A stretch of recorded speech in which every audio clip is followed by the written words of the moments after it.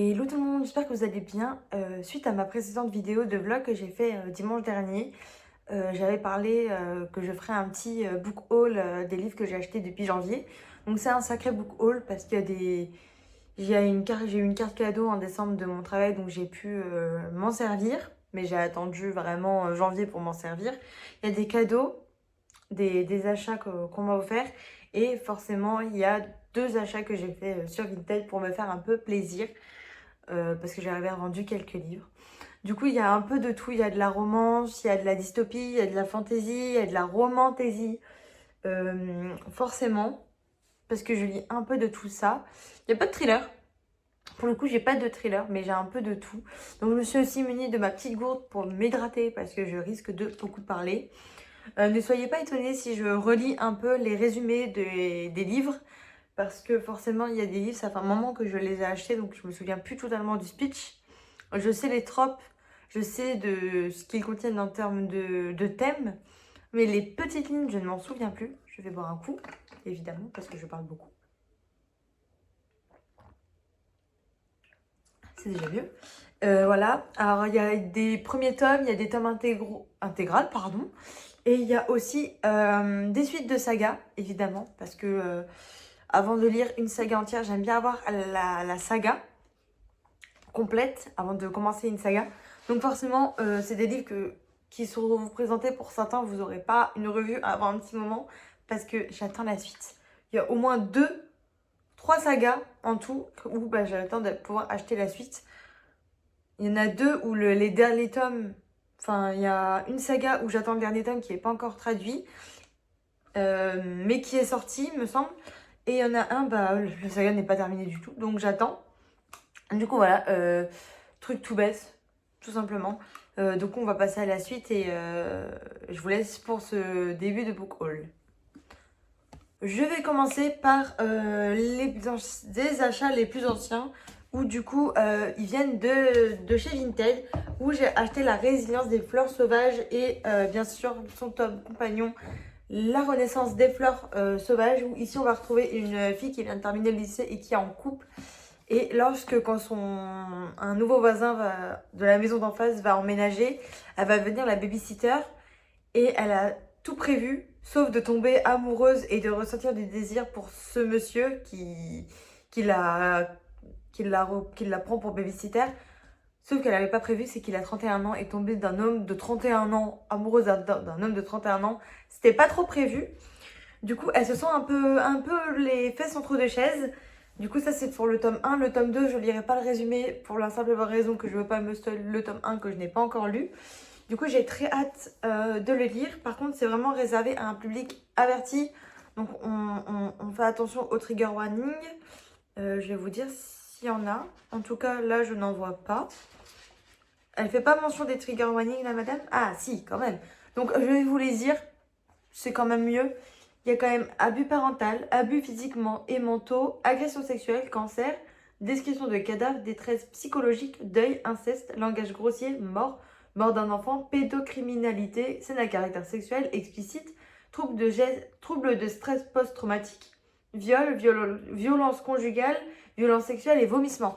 Donc je vous préviens que ayez au moins 18 ans pour lire ça parce que en tout je pense que c'est un peu juste de lire ça. Parce que vu les TW, trigger warning, comme vous voulez, qui sont abordés, c'est quand même à lire avec grande parcimonie. Et ce qui m'a du coup intriguée sur le livre, autant que la couverture, c'est aussi les chapitres. Autant l'histoire qui a l'air d'être un edge gape, qui a l'air une romance interdite, a l'air très intéressant. Après, c'est pas vraiment... je pense pas qu'elle est mineure parce que... Non, elle a 18 ans. Donc c'est vraiment un edge gate pour le coup. Et j'adore quand ils sont beaux les chapitres. Et c'est comme ça tout le temps en fait. Ils sont vraiment très beaux. Et le tome 2 c'est la même chose. Comme vous pouvez voir, il est sublime. Du coup ça c'est le premier achat Vinted que j'ai fait. J'en ai eu pour 15 ou 20 euros je pense. C'est pas très cher pour 2 livres comme ça. Très beau. En très bon état. J'étais très contente. Du coup voilà, ça c'est les 2 premiers que j'achète sur Vinted. Et le deuxième achat, après avoir lu les Bridgerton, Lady Whistledown, pardon, et la Reine Charlotte, je me suis procuré la chronique des Roquesville. évidemment, qui se passe du coup avant, avant les Bridgerton, finalement, parce que on... il y a marqué une génération avant la naissance du premier des 8 descendants d'Edmund et de Violette Bridgerton. Donc j'imagine qu'on va à savoir un petit peu plus sur ce qui s'est passé avant, leur histoire et tout. Donc c'est mes attentes de savoir un peu. On sait très bien, c'est une romance historique un peu, où ça parle dans les âges. Mais bon, je suis pas... j'ai pas peur parce que j'avais adoré les Bridgerton. Vraiment, je les avais enchaînés à la chaîne. J'avais adoré l'univers, le lieu, les valeurs transmises.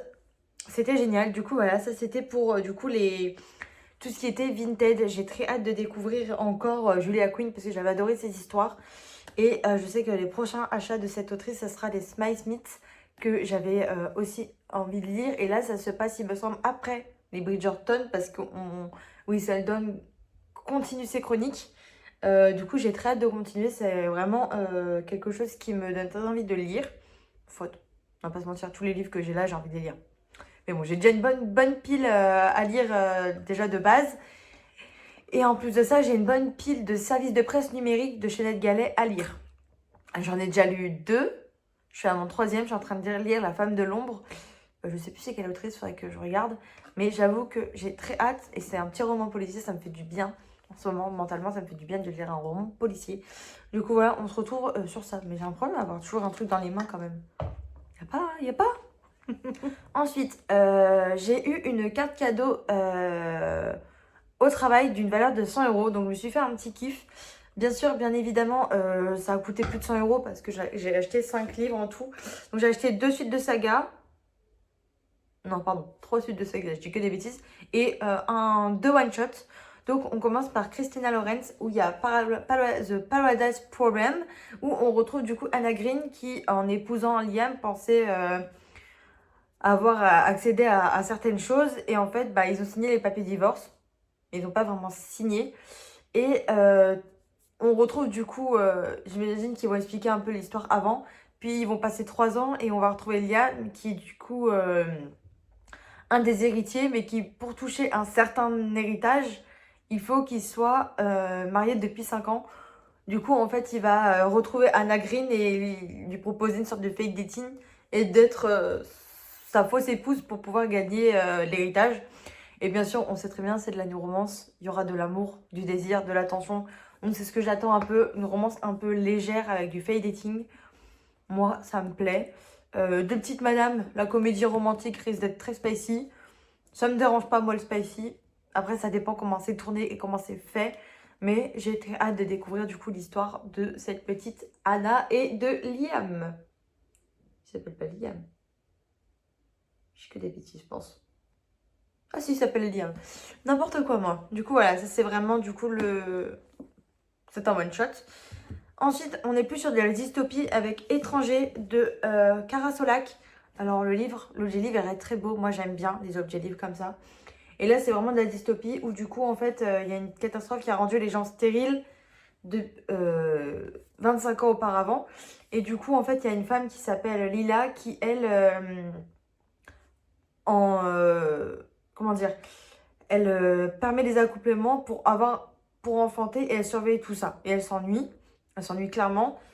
Et elle va finir par du coup croiser un homme qui s'appelle Adrien, qui est un étranger, et elle va vouloir le cacher aux yeux de la société, de la loi, ce qui est pas bien en fait.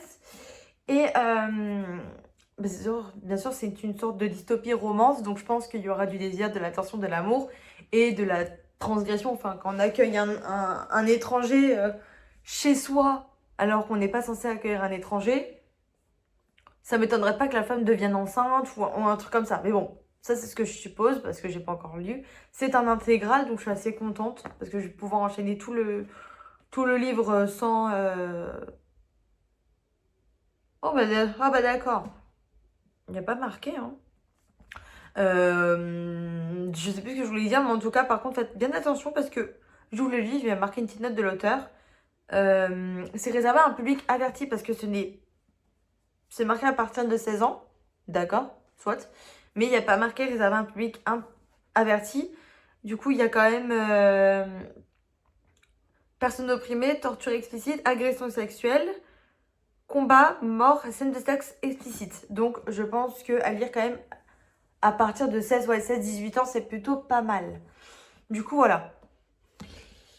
Ensuite, là, on est sur un tome 2. Donc, c'est une grosse brique. C'est God and Monster, le trône des dieux brisés. Du coup, là, je ne vais pas vous expliquer le tome 2, mais je vais plutôt vous expliquer le tome 1 que j'ai avec moi, qu'on m'a offert l'année dernière. Du coup, là, c'est hyper complexe à expliquer, mais du coup, c'est une femme qui donne 1000 ans plus tôt, elle donne toute sa vie pour sauver sa sœur. Et elle va demander de l'aide à son pire cauchemar qui s'appelle Kaden. Et j'imagine qu'ils vont retrouver cette relique qui est là. J'imagine. Parce qu'il y a marqué, y compris mettre la main sur une ancienne relique la plus dangereuse. Mais je pense que c'est cette relique, le livre maudit d'Azraël, qu'ils vont devoir chercher. Et il y a marqué dans l'ancien monde, donc 1000 ans plus tôt, il se nommait Sam Kiel. Mais dans le nouveau monde, donc 1000 ans après, il s'appelle Liam. C'est le destructeur des mythes aux yeux des ennemis, mais sauveur, ainsi qu'un roi. Pour ceux qui lui ont juré de loyauté. Donc je pense qu'il va y avoir des complots, de la trahison. Je pense qu'il va y avoir de la romance. Est-ce que il y aurait... C'est vachement écrit, vachement gros. Ok, donc il y a quand même un petit TW aussi. Contient des scènes de sexe, de violence, de mort et de propos sexistes. C'est mimes comment elle écrit ça, avec des petites lunes. Mais après, il est beau. Hein. Par contre, ils sont très beaux les chapitres. Hein. Et il me semble qu'il y a des petites illustrations dans le livre. Ça, par contre, j'avais trouvé ça trop mignon parce que l'autrice a mis des trucs. On peut voir, il y a des petites illustrations dans le livre, dans le brochet. Donc, c'est vrai que c'est pas mal pour ceux qui ne veulent pas lire les reliés, qui n'aiment pas lire les reliés. Il y a quand même des petites illustrations. Donc, c'est plutôt pas mal en fait. C'est assez sympa. Et le tome 2, c'est à peu près la même chose. Il y a aussi, comme vous pouvez voir, des petites illustrations. Donc, c'est assez sympa. C'est assez sympa, tout simplement. Ensuite, j'ai le Wicked, tome 2. J'ai retiré la jaquette parce que moi, les jaquettes, je les trouve pas très jolies. Et du coup, j'ai pas le résumé du tome 1 parce que j'ai aussi retiré la jaquette. Je suis très intelligente. Mais je l'ai trouvé sur Booknode. Donc, je vais prendre mon petit calepin parce que j'ai déjà oublié, parce que j'ai une mémoire de poisson rouge. Ah oui. En gros, dans le tome 1, on a Ivy qui travaille pour l'ordre et son but, c'est de tuer les faillis qui pénètrent le monde, le monde des humains à la Nouvelle-Orléans. Et elle va, du coup, un jour, tuer un failli, combattre un failli bien plus puissant avec bien plus de pouvoir. Et bah, personne ne va la croire, en fait, que quand elle affirme que...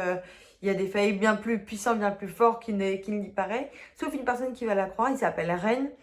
Sauf que du coup, entre méfiance, tension et désir, bah, elle n'a pas confiance en Reine. Sauf que pour faire face à la menace grandissante, elle va devoir sûrement lui faire confiance pour combattre les faillis qui seront très puissants. Du coup, voilà, ça c'est le speech de base du tome 1. Le tome 2 est dans ma possession.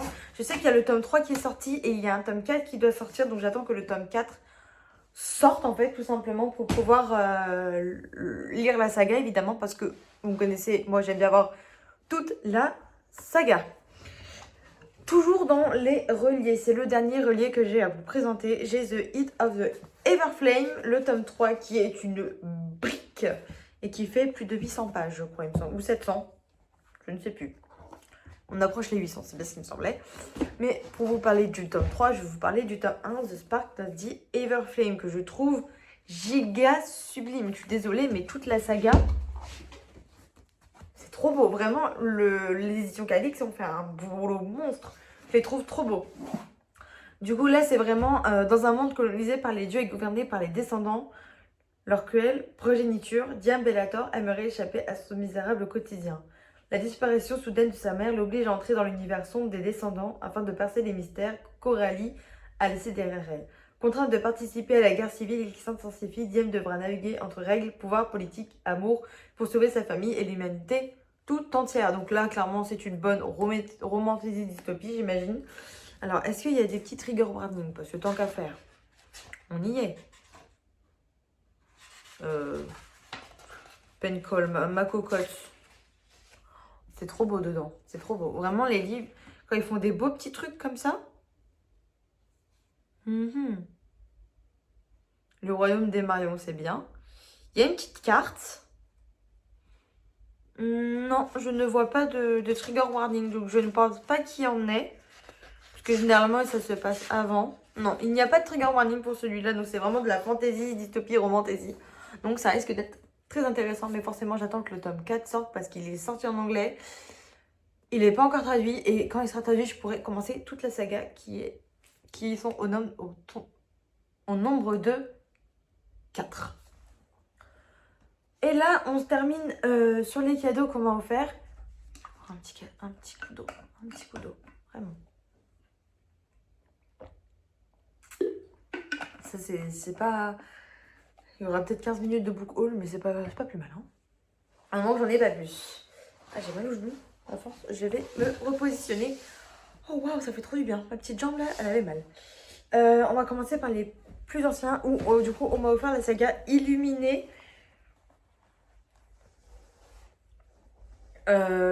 Illuminé, donc on va faire les 3 tomes. Donc ça, c'est le tome 1. Le tome 2. Ils sont assez gros, hein, mais c'est très différent. Je vais vous montrer en quoi c'est très différent. Et bien sûr, le tome 3. Du coup, ici, on retrouve Katie qui va rompre avec son chéri, son copain, comme vous l'appelez, comme vous voulez, avec Ezra en 2575. Donc, c'est vraiment une dystopie dans le temps. Et du coup, en fait, le jour même où elles auront, la planète est attaquée et ils vont monter tous les deux à bord d'un vaisseau différent. Sauf que pour comprendre ce qu'il se passe, elle va devoir s'allier à la seule personne qu'elle connaît, qui est donc Ezra. Donc ils vont lutter pour savoir un peu ce qui se passe et tout ça, de complot politique. Et forcément, je pense que ça va un peu les rabibocher. Mais en tout cas, on est sur vraiment une romance, on est vraiment sur une dystopie. Alors, est-ce qu'il y aura de la romance? Je ne sais pas du tout. Parce que ça n'a pas l'air, mais en tout cas, je me dis, bon, ça va peut-être les rapprocher. Donc, je vais vous montrer l'intérieur du livre parce que c'est très différent, en fait, comme vous pouvez le voir. On commence directement le tome 1 sur une sorte de mail. Et c'est ça tout du long, en fait. C'est vraiment... Là, il y a un peu d'histoire. Parce que forcément, c'est une histoire, hein. Mais il y a quand même des moments où on a ça qui apparaît. Donc j'avoue que c'est ce livre qui ça m'a un peu intrigué l'intérieur. Donc c'est pour ça que je l'ai pris. Parce que déjà l'objet livre en question, non mais déjà, faut comprendre. Donc j'ai très hâte de m'y lancer, j'espère beaucoup que ça va me plaire. En tout cas, le speech de base me plaît beaucoup. Le livre, il est beau, mais c'est pas la couverture la plus intéressante. Mais il m'attire déjà plus que Missing Piece. C'est déjà ça. Mais du coup, voilà, c'est déjà pas mal. Ça fait des grosses briques, ça me fait de la lecture. Et c'est vrai qu'il y a quand même pas mal de fantaisie, romantasy, mais c'est vrai que c'est un milieu que... Enfin, c'est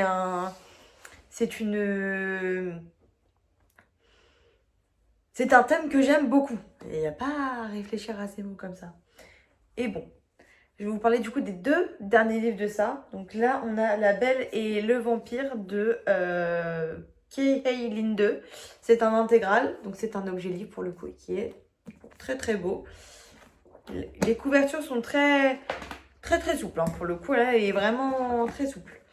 Et là, il y a marqué, pour Rihanna, vendre son corps n'est pas un choix, mais une question de survie. Du coup, en fait, on est dans une dystopie où le monde... Enfin, c'est une dystopie, c'est une romance dystopique, je pense. Où du coup, en fait, le monde est dévasté par la pauvreté. Et pour, du coup, survivre, il faut se mettre au service de l'élite vampire. Et là, du coup, elle va devenir dame de sang d'un vampire. Et au premier abord, du coup, le vampire va paraître froid, distant, méchant. Et tout ce qui va se passer, ça sera l'inverse. Il y aura sûrement une romance parce qu'il y a marqué quand même que il y a de la crainte mais du désir. Donc je pense que l'histoire peut être très intéressante. Surtout que j'ai lu qu'un livre sur les vampires. C'était Quand nos os retourneront à la Terre. Et j'avoue que j'avais bien aimé l'histoire. Mais j'adore l'autrice aussi, ça joue. Hein, désolée, mais Vie Schwab, c'est vraiment une autrice de romans contemplatifs très intéressant. Et là, pour le coup, je me dis, ce sera une autre histoire de vampire, mais très très différente, avec vraiment du désir, de l'amour. J'imagine quelques scènes spicy, parce que des petites flaflammes. Ça, c'est bien, vraiment, c'est un truc que j'aime bien depuis que les romans font ça. quand il y a un niveau de degré de spicy, de flamme, de petite madame, enfin, tout ce que vous voulez, parce que ça permet d'identifier le degré de scènes de smut qui peuvent apparaître dans le livre, parce que pour ceux qui n'aiment pas les livres avec beaucoup de scènes de smut, ça peut les aider à plus choisir la lecture en fonction du degré et du résumé et de l'objet livre en question. Et le dernier, c'est du coup jusqu'à leur dernier souffle de Erin et Craig, je sais pas comment ça se prononce. En gros, on retrouve Hazel Trepa qui, elle, a un don, c'est de pouvoir du coup soigner les gens grâce à son don de guérison, mais aussi donner la mort à ceux qui sont choisis par le dieu de la mort. Et elle est protégée par le dieu de la mort, évidemment. Enfin, elle doit achever les gens qui ont le sceau de la mort. Sauf que du coup, elle a que 18 ans et elle entre déjà dans les intrigues de la cour pour sauver le roi malade ou plutôt pour le condamner. Donc, ça avoue que ça plane un petit peu mystère. Donc, j'imagine qu'il y aura. Ça n'a pas l'air d'être de la romance en tout cas. En tout cas, non, ça a l'air d'être vraiment d'être une fantasy sans trigger warning. Donc, je pense que c'est surtout une belle fantasy dystopique. C'est vrai que c'est sympa d'avoir l'idée que la personne puisse toucher ait la possibilité de guérir les gens, comme bien sûr de leur donner la mort et de les achever. C'est vrai que c'est un pouvoir assez peu commun, donc j'ai hâte de découvrir le personnage. En tout cas, la couve, elle est belle. Moi qui aime pas les personnages sur les couves, les gens le savent, hein. Je déteste quand des personnages, mais surtout les hommes tout nuls, là. Les hommes avec leurs abdos, tout ça, c'est un truc, je ne peux pas, je déteste ça, je trouve ça pas beau. Mais par contre, là, la couve représente du coup le personnage qui sera sur l'histoire. Et j'avoue qu'elle est trop belle. C'est ça qui m'a attirée, c'est vraiment la couve qui m'a attirée. Et quand j'ai lu le résumé, bien évidemment, je ne pouvais pas m'arrêter. Du coup, voilà, c'est pour le book haul. Ça fait un sacré book haul. J'espère que j'aurais bien expliqué les livres. J'espère que surtout tous ces livres-là, peut-être qu'il y aura des livres qui vous donneront envie. N'hésitez pas à me dire en commentaire s'il y a des livres qui vous intéressent. Et si oui, pourquoi? Et si vous avez déjà lu un livre parmi tous ces livres, n'hésitez pas à me le dire aussi si vous avez aimé ou apprécié, on ne sait pas. Du coup, voilà. Voilà. C'est déjà un bon book haul. En vrai, quand on y pense, il n'y a pas à bégayer comme ça, je suis... Non mais dis donc. Et voilà, la vidéo se termine là. J'espère que vous aurez apprécié le contenu. C'est un peu différent d'un vlog, mais je reviendrai sous un vlog, ne vous inquiétez pas, pour lire, je sais même pas ça sera quoi. Ce sera peut-être Missing Piece, parce que j'aimerais bien faire une vidéo sur Missing Piece. Je vous le saurai bientôt, hein, de toute façon. Et en même temps, il y aura un petit bilan lecture habituel sur les vidéos de vlog, parce que j'avoue que j'aime bien en discuter à ce moment-là. N'hésitez pas à me dire en commentaire si vous aimez, si vous n'avez pas aimé, vos lectures actuelles, vos coups de cœur du mois de février, parce que c'est vrai que le mois de février commence à être à sa fin, parce qu'on est bientôt, nous sommes déjà le 17. Du coup, n'hésitez pas à en discuter en commentaire, laisser un j'aime et consulter mes réseaux sociaux qui sont dans ma barre, qui sont dans ma biographie. Et voilà, je vous fais des bisous et je vous dis à bientôt pour une prochaine vidéo.